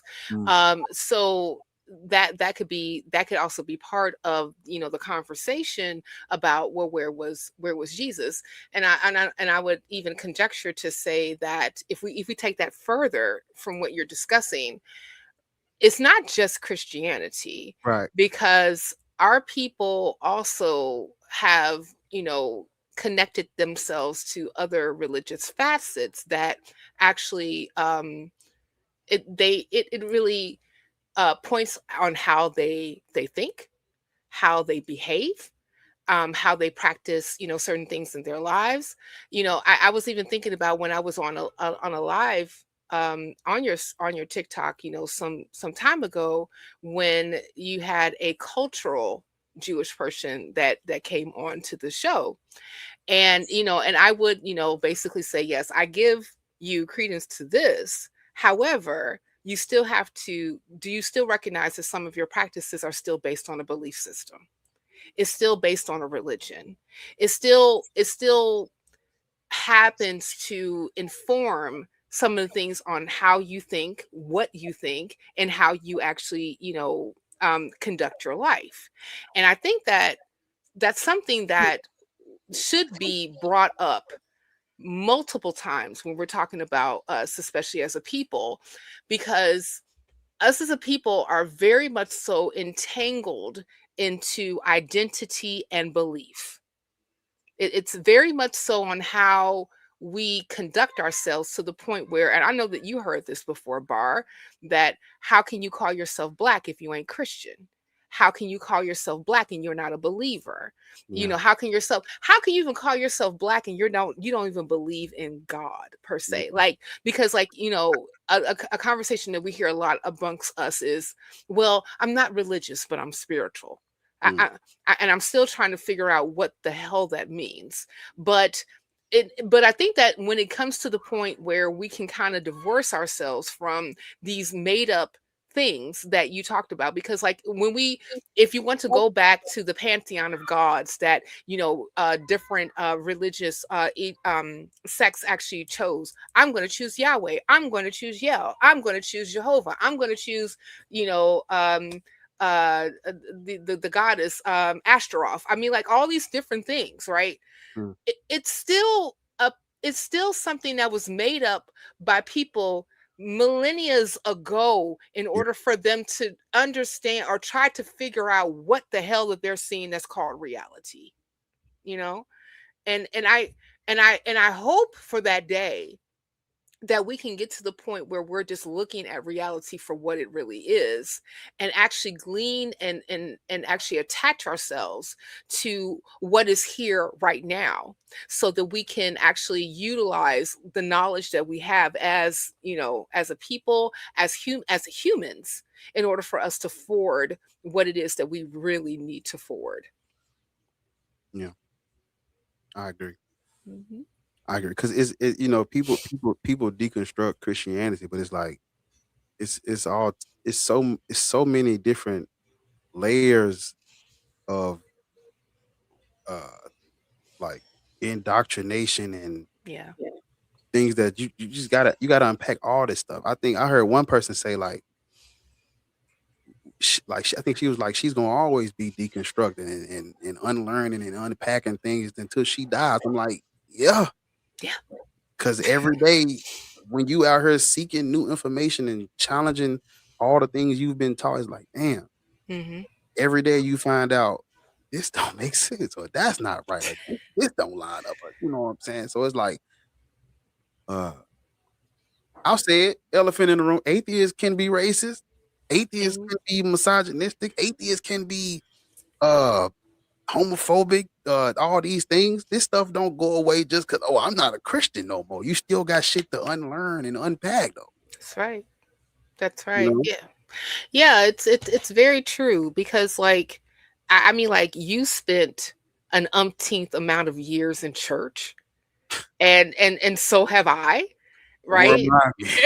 and you know, like, we come across, you know, information that, you know, basically debunks some of the things that the pastor has preached to us for, you know, for decades, right? And you're like, oh my God, I did not know that, you know? Yeah. And then, like, you know, you even look at like if you even look like church structure and it being so hierarchical, and how it even has been integral on our oppression as a people. I mean, like, I know that, like, a lot of people would talk about, oh, like the majority of abolitionists were Christian. And I was like, but you also understand that white abolitionists were the minority, right? You know that, right?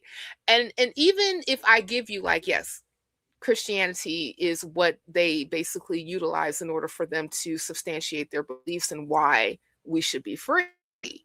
But it was not necessarily, and this has have been in my particular studies as far as like, abolitionism and Christianity going, and how they that when I was reading the autobiography of John Brown was mostly a Christian, a preacher, and his father was a preacher. He was an abolitionist as well, that basically went off on, mostly like, because we're supposed to be, because like, who the son sets free is free indeed. That's usually the only scripture that they actually went upon. I mean, no mentions of Leviticus, no mentions of Deuteronomy, no mentions of, even how slavery is to be treated in the Pentateuch, right? So it was mostly, based on, I would say, like a couple of maybe like one or two scriptures and vibes, but not necessarily, utilizing the book in of itself to say that this is the reason why they should be free. If anything, we have plenty of documentation on how slavery has been upheld and also justified using the Bible, and how, slave masters took out some of the freedom doctrines that came out of the Bible, like, some portions of, like, Exodus and things of that nature, and just put in the ones that, basically propagated the institution of slavery in the slave Bible, and that's what they preached to preach to slaves in order to keep them subjugated. So I think that all those particular things is one of the reasons why I can't even if I give you credence that maybe there is a God, I can't be a Christian. I can't even really worship this God, because I'm like, why would your book be used in order to substantiate and to give credence to my oppression, to my people's oppression, to other people's oppression? It's not right. All right. So yes, I mean, I know this is something. We could go on about this Right. probably a long time. Yeah, that's okay. I'll have Bar on the show so that we can just, like, like basically rant about this for like right 2 hours, 3 hours. I'm so tired. I go all night about this one right here. Yes, sir. And so I know, this is what you do. This is definitely what you do, Bar. So thank you so much. And speaking of, let folks know where they can find y'all all over the interwebs. Guess first. So you can find me at Black Atheist Rants everywhere: YouTube, TikTok, Instagram, Facebook, X, Twitter, whatever. At Black Atheist Rants. So that's my name everywhere. Wherever you at, I'm there. Type in Black Atheist Rants. Even if you type in Black Atheist, my picture gonna pop up. So along with Mandisa's. Which was the goal. I was telling Mandisa this when we was at brunch. I was like, that was my goal. When you type in that motherfucking Black Atheist, do I pop up through? That's what I wanted. So Black Atheist, you're gonna see me and Mandisa. That's right. That's right. Nice. And that you all went to brunch, you also going to see flying biscuits. I was going to ask you if you actually had one hit your head, but you didn't say anything, Mandisa, so I'm going to leave that alone. No. But regardless of that, as far as like where you can find me, I'm at Cam Glamming on Bluesky, on Threads, and on Instagram. I am on Facebook at Cynthia McDonald and at Cam CAMM, and also here on the YouTube, I'm on at The Roots Matters, where we talk about news and politics from a skeptical humanist point of view that happens to be hosted by a Black woman such as myself. And Bar will be a guest because I'm speaking that to existence. Manifest. Watch out there now. Yes. And also wait. Sorry. Shun decay. Got you.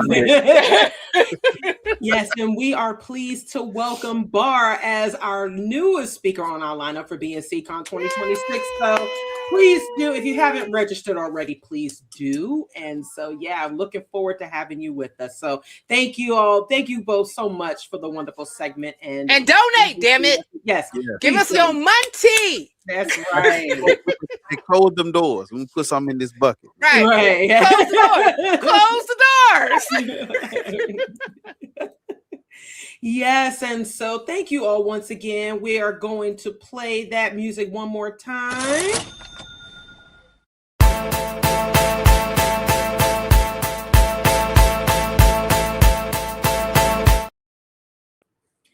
Thank you so much to Edith for the $5 super chat.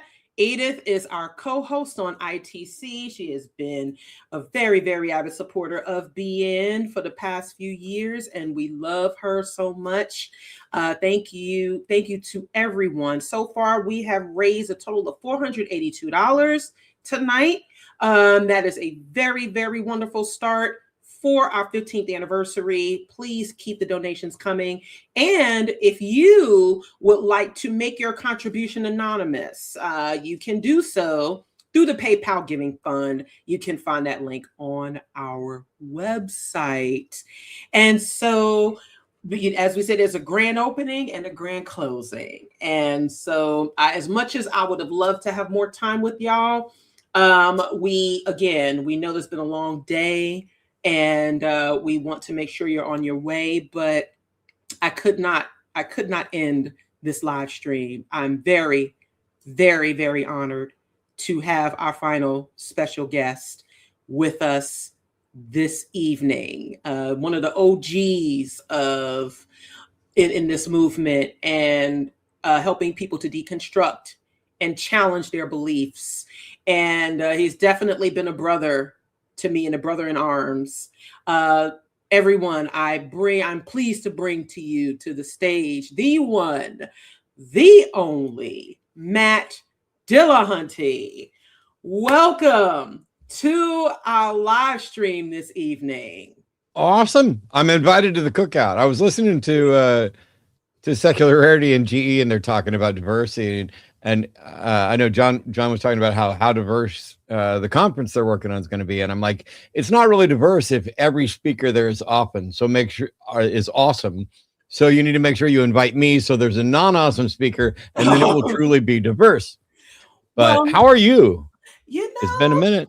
It has been a minute. The M&M duo is back. We are often on the line together, talking to folks, and we are still unpacking last year. I think I might have told you before that, my husband was forced to retire as a part of this administration. So we were directly affected along with so many other people, the people who are being deported by ICE, the people who are losing benefits. We are among the federal families who were impacted by, the reduction in the federal workforce. Right. So it has just been an all around, it feels like it is terrorism, but it definitely is terrorism. And I know that you have been speaking to that a lot. I mean, you do speak to it. And certainly we see folks in this administration who would love to tout Dr. King's legacy, or even just get rid of it, right? We see definitely both extremes, and sometimes I know it seems like it's almost not pointless, but it definitely is exhausting. What are in your thoughts on this day? What are your thoughts on this day about the legacy of Dr. King and what we know about his activism in a more total perspective? I'd love for folks to get your your thoughts on on this holiday and where we are and how do we move forward? Oh, they're going to be so disappointed. and it's strange because I grew up. So I was born in 1969, and he was killed the year before I was born. And my interaction with the Black community, the entirety of my birth to 18, consisted of, I remember seeing Sanford and Son on TV, but not being allowed to watch it for too long because there was something off, not necessarily race thing. I think it's because Red Fox was filthy, and my mom knew that, but they weren't filthy on Sanford and Son. And so the only actual like in-person interaction, because I grew up in an area, there weren't any Black kids at my school, at least not that I remember. And our church hosted a sort of exchange student sort of thing. And the guy that stayed at our house, I don't remember how old I was, maybe 11, 12, 13, something like that. But the guy that stayed at our house, he was like 16, so he was older than me. And his name was Demetrius. And he was the first Black person I ever got to hang out with at all. And it was completely through the church. And still, if you'd have said, it was Dr. Martin Luther King Jr., I would have been, I have no idea what you're talking about. And so it's strange that, growing up, going to school in the 70s, the early 80s, I remember being taught, but only the absolute surface level, like the 2-3 paragraph encyclopedia entry. And so it was, at that point, I became just another person. Oh, I've got a Black friend, that type of thing. I can pretend like I know what the hell I'm talking about because nobody else around me knows anything. And it was a really, you don't know what you don't know. And it wasn't until I joined the Navy, and here I am actually engaging with, being in charge of, being shipmates with people from a lot of different religious and cultural backgrounds.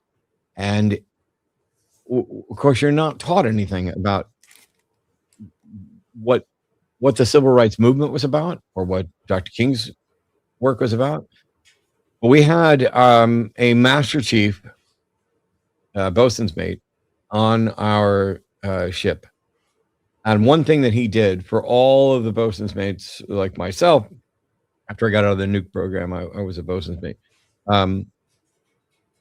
He made sure that we knew the history of our rate in the Navy. And this comes in part because being bosun's mate, this is the history of this particular job and naval history. And his desire to make sure he passed on that history and make sure that you knew it and understood it also came from what he knew and understood about the civil rights movement, because he would, he'd been in for 30 years, when I came in 88.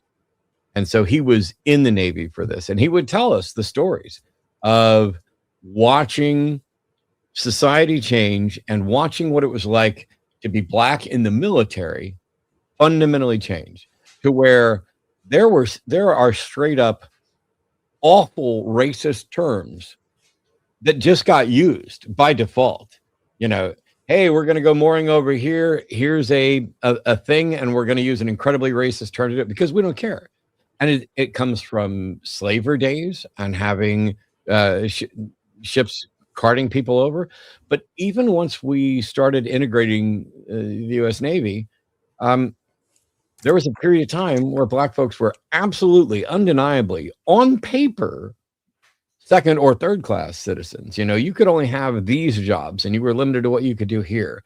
And he was one of the early ones who made Master Chief and passed down or turned over an opportunity for warrant officer. And he was my first introduction to the civil rights movement and Dr. King. And if any of us met him today, I guarantee you wouldn't fucking like him. Nobody. I don't care what your background was. He was absolutely surly, take no shit. And it's because he had put up with so much and seen so much that when he became Master Chief, that's the highest enlisted rank. And he was in charge, and everybody knew it. And nobody, not even the captain of the ship, would mess with him. And it's, he'd been there, he'd earned everything he'd done. But when he started teaching us about it, it made no sense to me. When he, I grew up, my parents, my grandparents and some of my extended family, obviously racist in how they talked about things. I remember I knew a racist joke that I learned from my grandfather before I'd ever met a black person in person. And I don't know if there's a term for it. Maybe you can help me out here. I could give a little mini lecture at some point, not today, on the difference between implicit and explicit racism. When we're talking about systemic stuff, but there, even within the explicit racism, there are the absolute haters who would engage in violent action, and then there were the not violently hateful, but they're inferior. So my mockery is more about my superiority just in general, but let's live and let live. Let's all pretend we're not. Is there any distinction in the labels used? Or I think you put it best. There's the implicit and explicit racism. And the one thing we've always said is that white supremacy doesn't always show itself in the actual physical bondage anymore, or now we're seeing a resurgence of it with this administration. And that would have to be something that we unpack at another time as well. I think that would probably be another good episode of the line, because it's important for us to continue to to talk through this, because and it's the microaggressions as well, of the well-meaning folks, the folks who now the ones who are explicitly against you, but it's also the microaggressions of those who at heart they may be wanting to help, but they are still conditioned by their indoctrination. And so sometimes it's hard to tell who is truly on a level and who isn't. And I think it's important to really take those experiences and I think it's important to hear from folks like you who have had that upbringing and how you came out of it and was able to better reshape your mindset. This is a long way around to say that nobody in your audience or any audience should care or try to pay attention to what my thoughts are on Dr. King, because I don't know enough. But what I can say, it was something, you learned the basics. What I can say is that if, I was thinking just this morning, kids who were born after 9/11 are going to be hearing about it less and less, in part because there's new things and new problems. And when you have someone killed in 1968, and I'm born in 69, I heard some, but the generations coming up behind aren't hearing it as much. But the one takeaway from this, the reason I mentioned my Navy time, is if Dr. King and all of the civil rights leaders throughout the 60s hadn't been there actively doing this and working and risking everything, including their lives, to fundamentally change the world, and not just change the world from a legal perspective, but change the world from a perspective, where now you have to address this group, not just with your dismissive label, not just with your stereotype, but you're literally seeing individuals there who are compassionate, who could debate you under the table if they needed to, and who you had to look in the eye and explain why they should be considered less than anywhere else. And because they were doing that, this one individual stuck in the Navy dealing with who knows what. I mean, I only heard some of the stories, and it's undeniable that he spent more of his time educating black sailors than he did folks like me. And I completely understand that, but I was grateful for that time. And if Dr. King and the individuals hadn't done such great work, even with lives cut short, then that person wouldn't have been there to take a kid who was oblivious to all of this and instill just a little spark of compassion and a little bit of encouragement to consider what someone else's life might be like. And just recognizing that no matter where you came from or what your view is, you can think you're superior, you can think your family's superior, you can think your race, your religion, whatever, you can do whatever you want as superior. But if you actually sit down and say, okay, would I want to be them? What I just said, if I were them, how would I like if that was being said and directed at me or my mom or my sister? Pick the person you care the most about and be like, would that be okay? And just recognizing that every single one of us is going to screw up, but we don't have to turn the world into a fearful, hateful, divisive place.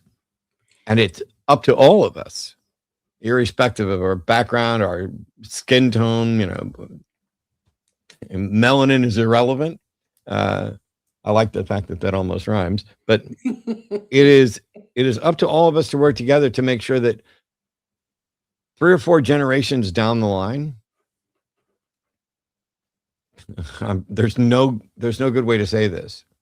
If fewer people are talking about Dr. King in 3 generations, I hope that it's because we've moved so far beyond this and have moved so close to equitable and equality based positions that it's like, wow, can you believe how messed up that was? Wow, can you believe what people had to go to? And you learn,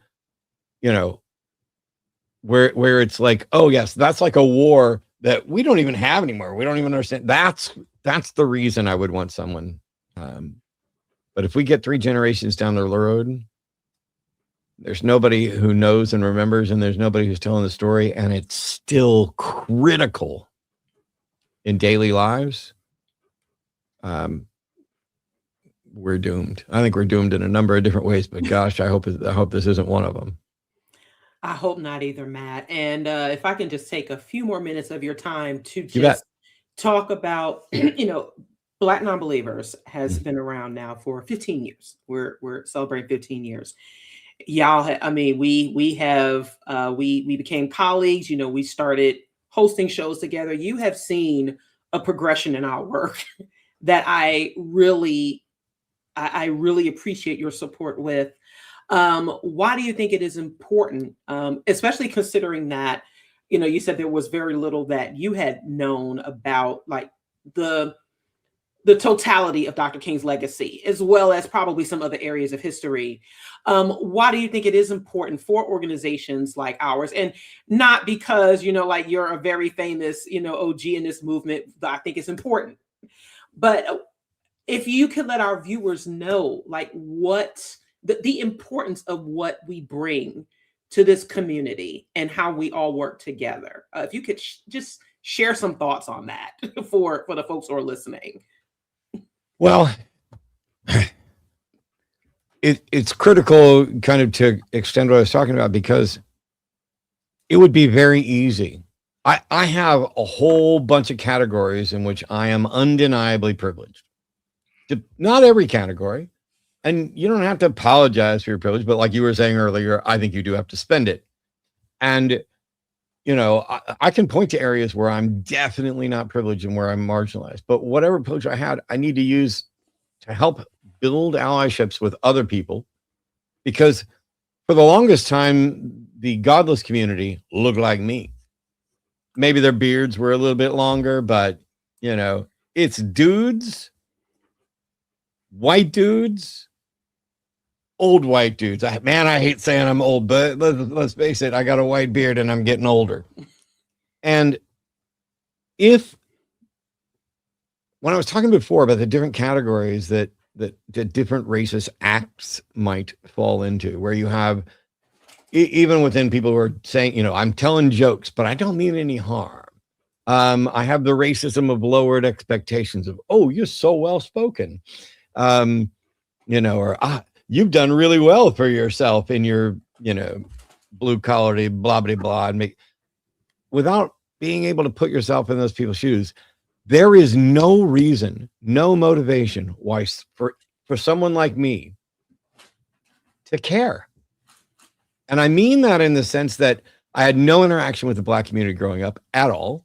If I hadn't joined the Navy, I'd still be sitting in Missouri, and I'd probably know for Black people and be completely oblivious to anything that's going on because there's no motivation for me to care. And not because, you know, we're naturally apathetic or anything else, but because every single one of us has got problems.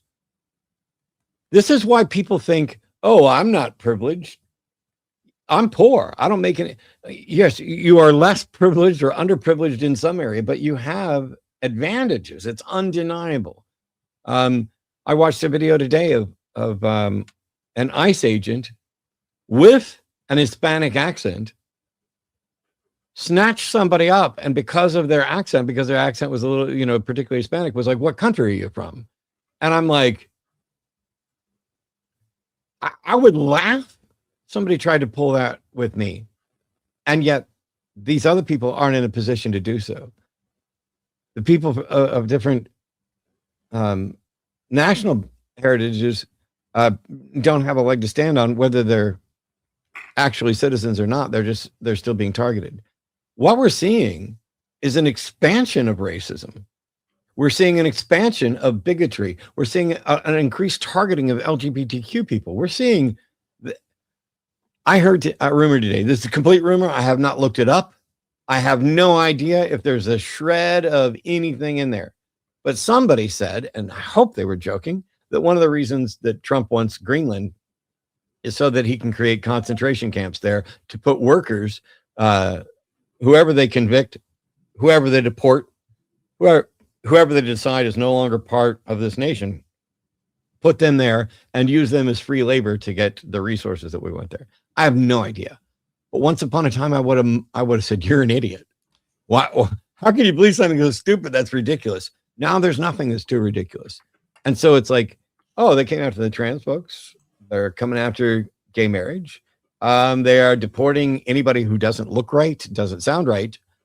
How long is it before my friends like Mandisa are back to being worth 2/3 of what I'm worth in actuality and on paper? Because there's plenty of people who already think Mandisa's worth less than that. I think Mandisa's worth 2 of me any day of the week on an individual level when it comes to getting stuff done for, social improvement and activism, helping to create awareness. The reason to keep telling these stories is so that you wind up, not to pat myself on the back, you wind up with more people like me willing to participate alongside. Because while I would have never said a mean word, I would have never engaged in this sort of racial epithet. I hated it when my grandfather did it. I hated all of that. There's no motivation for someone with my background to participate and help until you show them. And until you say, you just don't know what happened. You don't know what's going on right now. You don't know what it's like to drive through this area with skin that is darker than yours, with even particular clothing. You don't know what it's like to be a woman. You don't know what it's, none of these things. And what we have to recognize is that it's much easier to stay put and not struggle against the status quo, even when the status quo starts slipping to be worse and worse and worse. And most people are not going to act until it's absolutely about to impact them directly. And by talking about the history of the civil rights movement, by talking about Dr. King, by talking about all the other people, by the way, Dr. King's just one of many, as we all know, all these people who struggled to make incremental improvements. And yet we're still not to a point where not only can we not pause, not only can we not take a breath, we are probably losing ground on every front for civil rights, not just regard with the Black community, but every front where we are losing. And if you don't keep spreading the word and participating, if you don't show up to show that there's a community, if you don't donate money to help organizations like Black Nonbelievers, if you don't show up and go to Black Nonbelievers CCon or any of those things, if you're not participating, nobody knows how much you care. So how much do you care? If nobody knows whether or not you give a damn about their life, do you? Because it's really easy to say, oh, I love you. It's completely different to show it. It's so easy to say, I'm an ally and I care about your community. It's much more difficult to show it. And if you want folks that do more than pay lip service, you've got to donate, you've got to get involved, and you have to work with the people who are doing the best job of teaching others. And that's why Mandisa and I have been friends. That's why I've been working with Black Nonbelievers at every opportunity, because I don't know shit about any of this, but I have lots of friends who do. So let's get a mic in their face, come help when I can.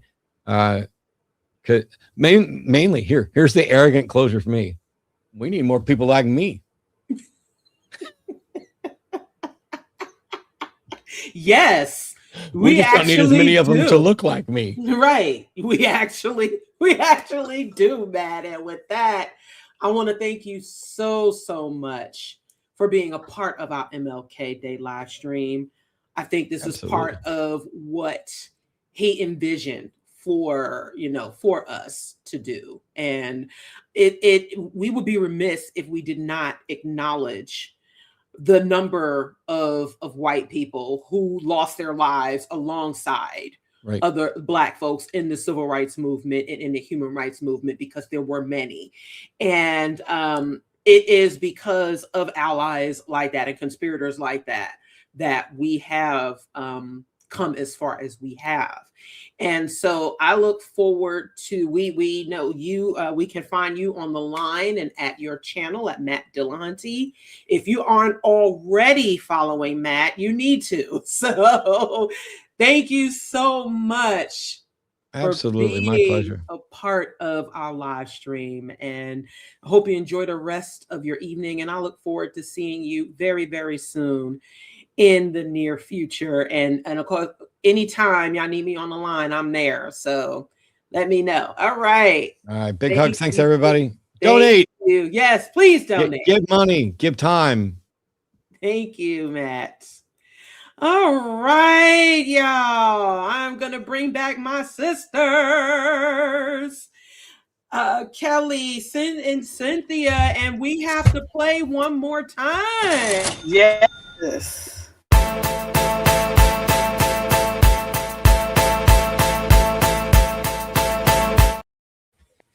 Yeah, so previously we received another $20 donation via PayPal. Thank you so much.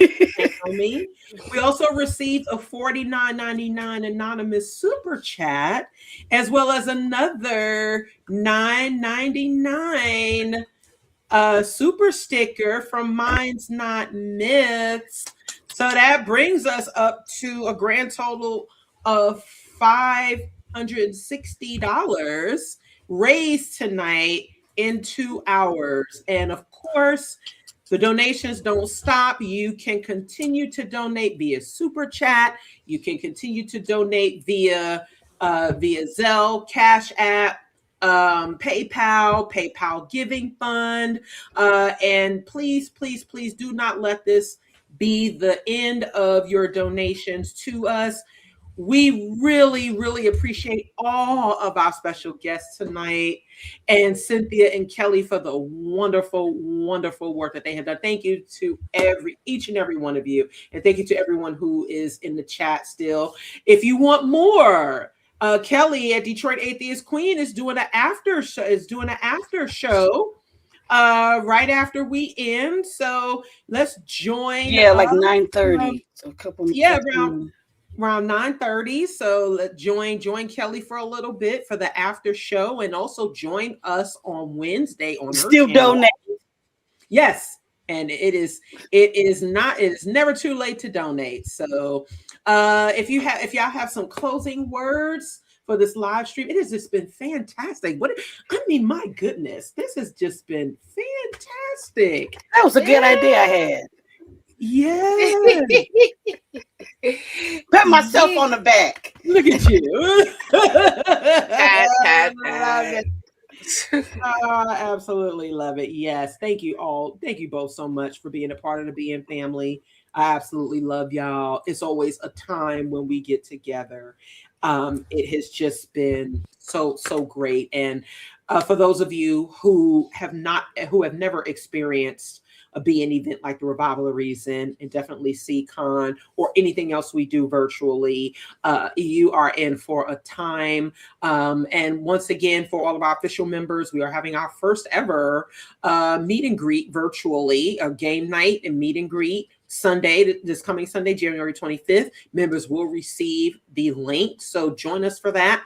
And you can also join us at our in person and virtually, and also continue to tune into In the Cut, our live stream show that airs every first and third Saturday on our YouTube channel right here. And once again, you can get your BN swag. We have shirts, we have hoodies, we have mugs, we have everything that you need. Yes, after the party is the hotel line. Hey. Yes. Hey. Might be some change. You know, depends on how much change you're giving. It's not that kind of party. You're not going there tonight. Yes, but hey, we all right. Yeah, well, thank you. And for $1,000, I don't know. Whoa, okay. Hey now. Kelly put prices on it. That sounds like an OnlyFans. Yeah, I know, yeah. Yes, thank y'all all so much. Thank you to the wonderful, thank you to everyone who donated. Thank you to everyone who tuned in. And thank you to all of our special guests tonight. We had such a fabulous time. Let us continue to uphold Dr. King's legacy in its entirety. Remember that he was an advocate for separation of religion and government. He was an advocate for the further marginalized. He was an advocate for economic justice. And so I definitely, his legacy deserves to be upheld for years to come, and also to refine it, to fine tune it, to make sure that sometimes I'm not sure if lessons are ever learned, but we can only hope that it gets better, and we got to keep on going. So gotta keep on pushing. That's right. We keep on pushing, and yes, thank you both so much. Thank you to everyone. We will see y'all again very, very soon. Y'all take care, and let's join Kelly in a little bit for the after party, the after show. And happy birthday once again. We will be celebrating with you.